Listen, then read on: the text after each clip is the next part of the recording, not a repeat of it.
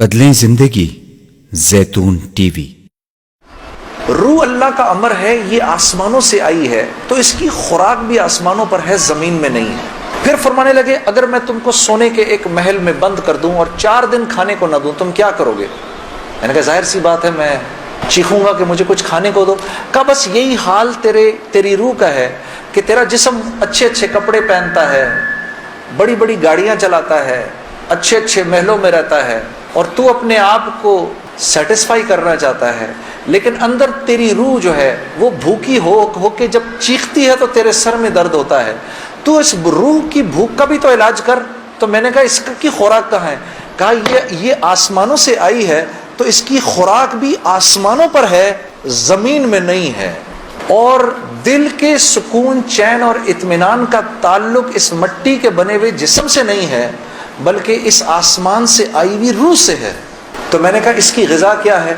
فرمانے لگے اس کی غذا اللہ کا کلام ہے، اللہ کے حکم ہے، اس کی غذا نبی کی زندگی ہے، نبی کے طریقے ہیں، نبی کی سنت ہے۔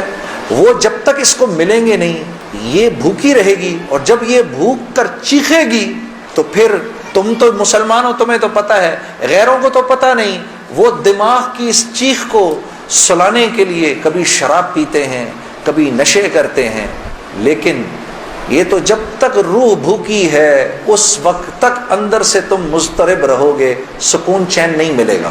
اور پھر قرآن کی وہ آیت پڑھی، مجھے آج بھی یاد ہے، الا بذکر اللہ تطمئن القلوب، کہ اللہ پاک چیلنج دے رہے ہیں سب کو کہ اگر دل کا سکون، چین اور اطمینان چاہیے میرے بندو، مالداروں، حکومت والوں، دولت والوں، شہرت والوں، اگر تمہیں دل کا سکون، چین، اطمینان چاہیے تو تمہیں مجھ سے تعلق بنانا پڑے گا، مجھ سے یاری لگانی پڑے گی۔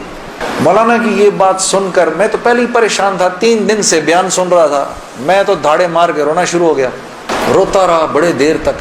پھر جب مجھے تھوڑا سا چین آیا تو میں نے کہا مولوی صاحب اس کا مطلب کیا ہے، میری پوری زندگی برباد ہو گئی؟ تو فرمایا نہیں، بالکل بھی نہیں، کہ یہ معاملہ تم دنیا والوں سے تھوڑی کر رہے ہو، یہ معاملہ تم تو اللہ سے کر رہے ہو۔ اور اللہ کے ہاں معاملہ کیا ہے؟ اللہ کے ہاں معاملہ کیا ہے کہ ابھی انسان اللہ رب العزت سے معافی مانگنے کا ارادہ ہی کر رہا ہوتا ہے، دل میں ابھی خیال ہی آ رہا ہوتا ہے کہ اللہ رب العزت اگلے پچھلے معاف کر دیتے ہیں سارے۔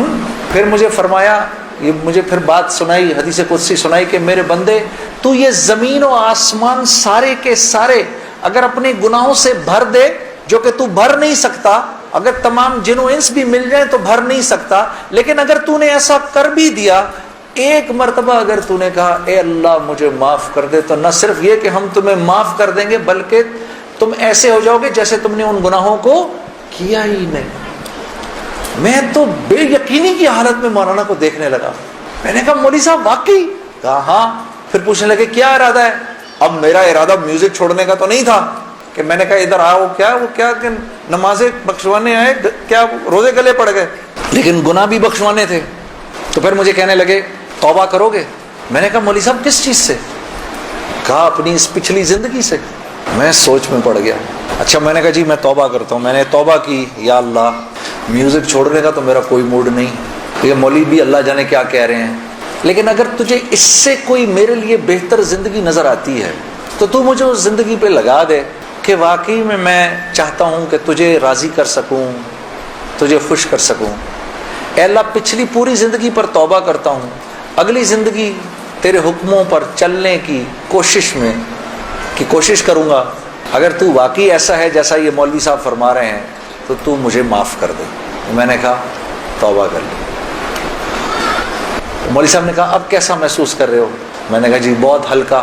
پھر میں نے کہا لیکن مولوی صاحب بات تو یہ ہے کہ اگر میرے پچھلے سارے معاف ہو گئے اور اس پر اللہ نے اگر جنت دی تو میری تو بہت ہی بڑی جنت ہوگی، آپ سے بھی بڑی۔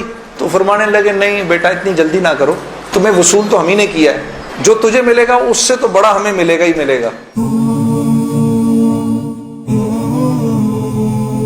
زیتون ٹی وی۔